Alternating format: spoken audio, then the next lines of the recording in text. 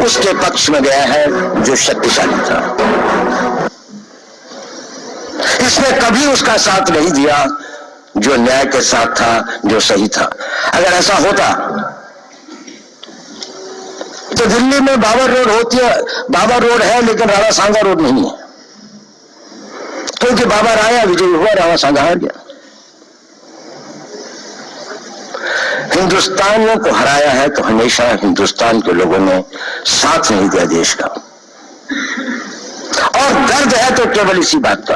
भारत के इतिहास में अगर दर्द केवल इस बात का नहीं है कि विदेशों ने हमारे साथ क्या किया, उनका तो हम मुकाबला कर लेते, दुख इस बात का था कि हमारे सभी लोगों ने साथ नहीं निभाया और साथ नहीं दिया। और इसकी फीलिंग आज भी मुझे इस देश में होती है। और भारत को आंतरिक बाह्य शक्तियों से जो सबसे बड़ा खतरा है, वो खतरा इस बात का है कि हमारे अपने लोग ही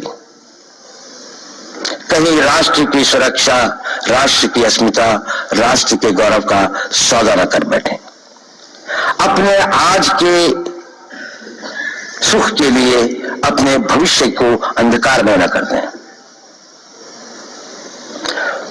और इसके लिए जो जागरूकता चाहिए, इसके लिए जो ताकत पैदा करनी है, वो ताकत केवल समाज के अंदर ही पैदा की जा सकती है। उसको केवल आप लोग कर सकते हैं, ये वो केवल आज की युवा शक्ति ही कर सकती है। मैं आपको शक्ति का दूसरा सिद्धांत बताता हूं।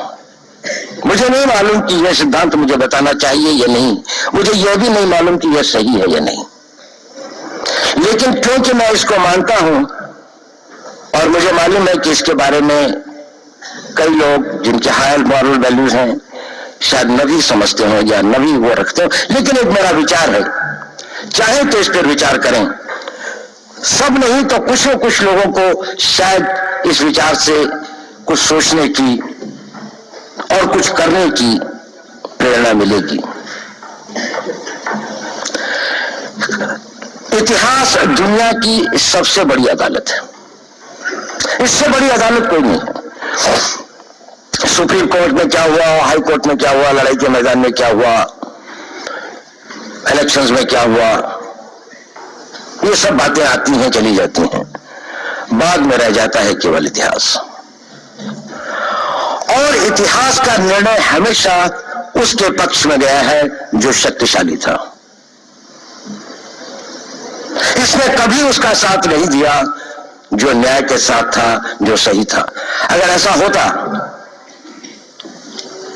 तो दिल्ली में बाबर रोड होती है, बाबर रोड है लेकिन राणा सांगा रोड नहीं है, क्योंकि बाबर आया, विजय हुआ, राणा सांगा हार गया।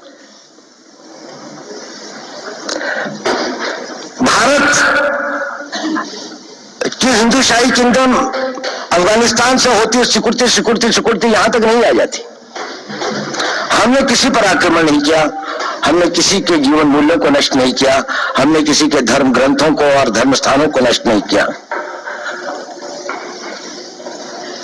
शायद हम न्याय संगत थे, शायद सत्य भी हमारे पक्ष में था, लेकिन शक्ति हमारे साथ नहीं थी। इसलिए इतिहास ने हमें उसकी सजा दी। इतिहास ने हमेशा उनको सजा दी जिन्होंने विचारों को कर्म से और न्याय को शक्ति से अधिक महत्व दिया। अब मैं ये नहीं कह रहा हूं कि उसको उसकी तिलांजलि कर देनी चाहिए, ये नहीं है कि न्याय का अपना महत्व नहीं है, लेकिन यदि कॉन्फ्लिक्ट ऑफ इंटरेस्ट हो तो शक्तिशाली बनना ज्यादा आवश्यक है। भारत धर्मगुरु भी तभी बनेगा जब एक शक्तिशाली भारत का निर्माण होगा। जिन लोगों ने भारत के ऊपर आक्रमण किया, भारत के ऊपर राज किया, इस प्रकार से राज किया कि राज करते वक्त, जाते वक्त अपने गुलामों से कह दिया कि तुम राज कर लो, हम तो जा रहे हैं, तो यहां पर गुलाम वंश भी बन गया। अगर हम लड़ाई के वारफेयर के उसूलों से देखें कि किसी भी राष्ट्र की जो कॉम्प्रिहेंसिव स्टेट पावर होती है, किन चीजों से वो लड़ाई लड़ता है, किसको हम कहते हैं कि ये शक्तिशाली है, दूसरा शक्तिशाली नहीं है, क्या वो अवयव होते हैं उसके, क्या घटक होते हैं उसके।